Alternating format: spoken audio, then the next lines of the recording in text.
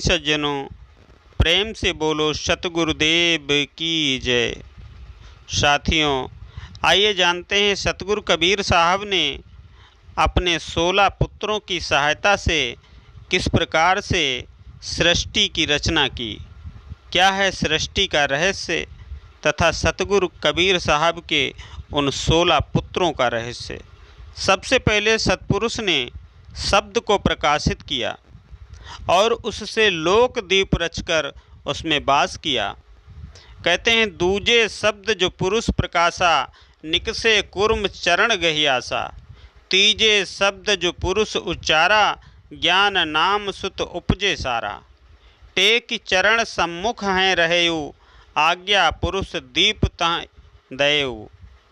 सतपुरुष ने जब दूसरे शब्द को प्रकाशित किया, उससे कूर्म नाम के सुत प्रकट हुए और उन्होंने विश्वास करके सतपुरुष के चरणों को पकड़कर प्रार्थना की। जब सतपुरुष ने तीसरे शब्द का उच्चारण किया तो उससे ज्ञान नाम के सुत उत्पन्न हुए, जो सब सुतों में श्रेष्ठ थे। ज्ञान नाम के सुत सतपुरुष के चरणों में सिर नवाकर सामने खड़े रहे।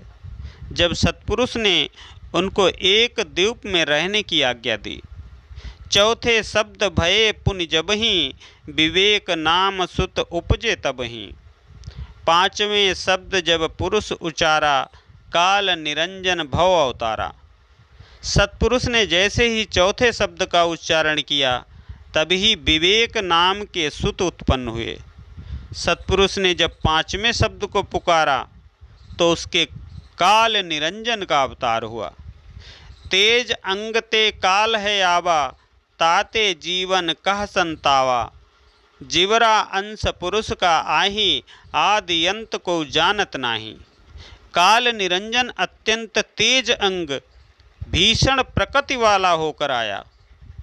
उसी ने अपने उग्र स्वभाव से सब जीवों को कष्ट दिया।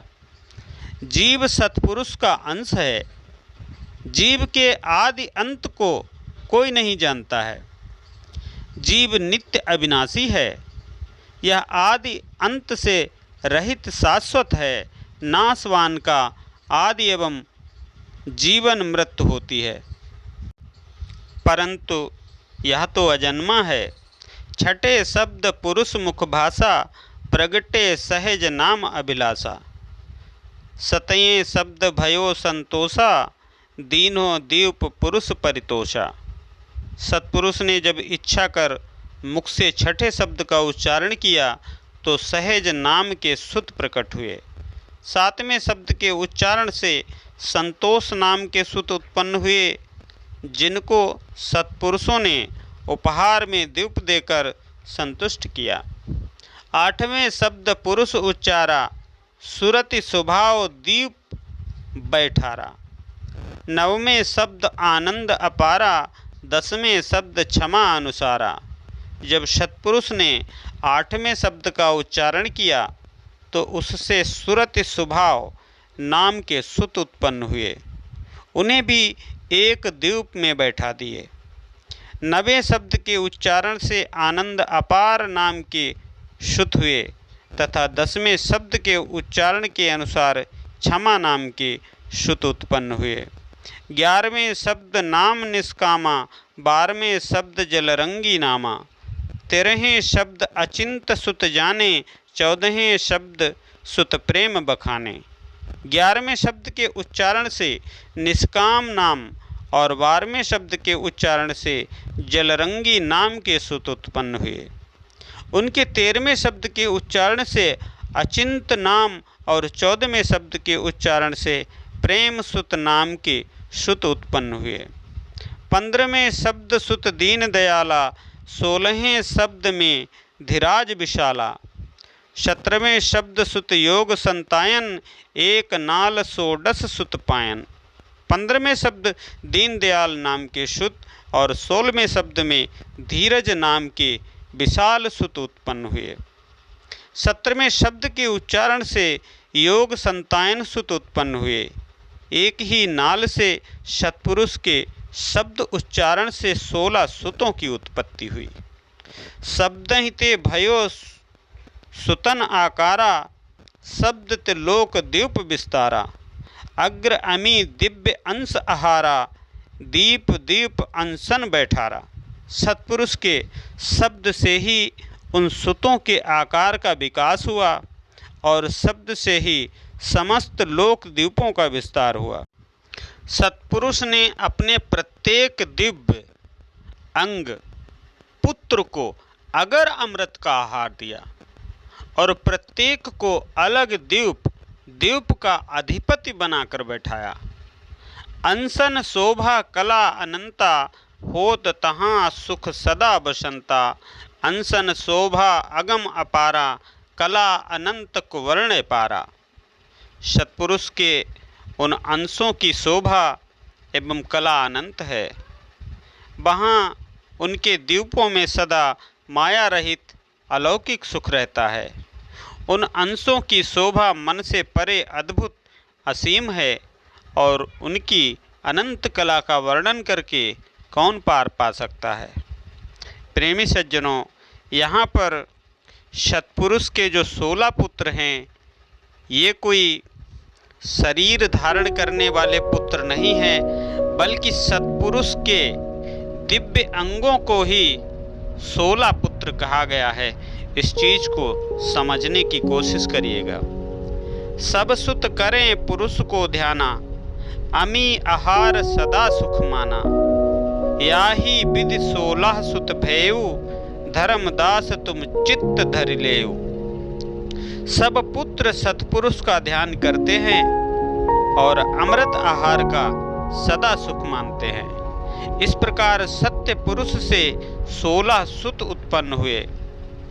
धर्मदास कहते हैं, हे धर्मदास, तुम इस आदि सृष्टि के वर्णन को अपने मन में धारण करो। छंद के माध्यम से कहते हैं, द्यूप करी को अनंत शोभा, नाही वर्णत शोभनी। अमित कलाय पार अद्भुत, सुतन शोभा को गने। पुरुष के उजियार से सुन, सवै दीप अंजोर हो। शतपुरुष रोम प्रकाश, ये कहीं चंद्र सूर्य करोर हो। सतगुरु कबीर साहब कहते हैं कि हे धर्मदास, उन द्वीपों की अनंत शोभा को क्या कहें, वह वर्णन करने से नहीं बनती। उनमें सुतों की शोभा की गणना कौन कर सकता है। उनकी माप रहित कला अपार एवं अद्भुत है। सत्पुरुष के दिव्य प्रकाश से सभी द्वीप प्रकाशित हो रहे हैं। सत्पुरुष के एक ही रोम का प्रकाश करोड़ों सूर्य एवं चंद्रमा के समान है। सत्पुरुष आनंद धाम, शोक मोह दुख तह नहीं। हंसन को विश्राम, पुरुष दरस अचवन सुधा। सत्पुरुष सत्यलोक आनंद धाम है। वहाँ पर शोक मोहादि कोई दुख नहीं है। वहाँ सदैव मुक्त हंसों का विश्राम होता है। निरंजन की तपस्या और मानसरोवर तथा शून्य की प्राप्ति। यह विधि बहुत दिवस गए बीती, ता पीछे ऐसी भई रीति। धर्म राय यस कीन तमाशा, सो चरित्र बूझो धर्मदासा। सतगुरु कबीर साहब कहते हैं कि आदि सृष्टि की रचना के बाद बहुत दिन ऐसे ही बीत गए। फिर उसके पीछे ऐसा हुआ, काल निरंजन ने ऐसा तमाशा किया कि हे धर्मदास, तुम उस चरित्र को समझो और जानो। युग 70 सेवा दिन तिन कीन्हा, इक पद ठाढ़ पुरुष चित दीन्हा। सेवा कठिन भांति तिन कीन्हा, आदि पुरुष हर्षित होए चीन्हा। निरंजन ने सत्पुरुष में ध्यान चित्त लगाकर एक पैर पर खड़े होकर 70 युग तक उनकी सेवा तपस्या की। उसने इस तरह कठिन सेवा तपस्या की। आदि पुरुष परमपिता परमात्मा उसे देखकर प्रसन्न हो गए। सत्पुरुष वचन निरंजन के प्रति।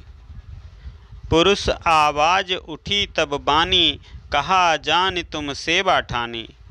तब सत्पुरुष की आवाज़ वाणी के रूप में प्रकट हुई कि क्या जानकर तुमने मेरी सेवा तपस्या की है। कहे धर्म तब शीस नवाई, देहु ठौर जहाँ बैठो जाई। तब धर्मराज निरंजन ने सिर झुकाकर कहा कि हे प्रभु, आप मुझे वह स्थान दो, मैं जहाँ जाकर निवास करूं। तो सत्पुरुष कहते हैं, आज्ञा किए जाहु सुत तहवां, मान सरोवर द्वीप है जहवां। निरंजन की प्रार्थना सुनकर जब सत्पुरुष ने आज्ञा की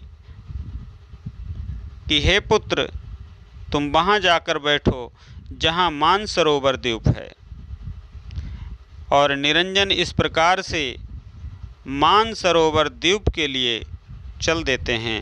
चले ओ धर्म जब मानसरोवर, बहुत हर्ष चित करत कलोहर। मानसरोवर आए जहिया, भये आनंद धर्म पुन तहिया। सत्पुरुष की आज्ञा से धर्मराज का मन प्रसन्न होकर किलोल करने लगा और तब वह मानसरोवर की ओर चला। जब वह मानसरोवर द्वीप आया तब फिर से धर्मराज का मन आनंद से भर गया। बहुर ध्यान पुरुष का कीन्हा, 70 युग सेवा चित दीन्हा। यक पग उठाढ़े सेवा लाई, पुरुष दयाल दया उराई। इस प्रकार वहाँ मानसरोवर पर निरंजन ने फिर से सत्पुरुष का ध्यान किया और उनकी सेवा तपस्या में 70 युग तक अपना चित्त मन लगाया। एक पैर खड़े होकर उनकी कठिन सेवा तपस्या की। उसकी तपस्या को देखकर दयालु सत्पुरुष के हृदय में दया भर आई। प्रेमी सज्जनों, सत्पुरुष काल निरंजन को किस प्रकार आगे उन पर दया दृष्टि करते हैं, इस विषय में हमारा अगला वीडियो भाग 3 होगा। सुनना ना भूलें।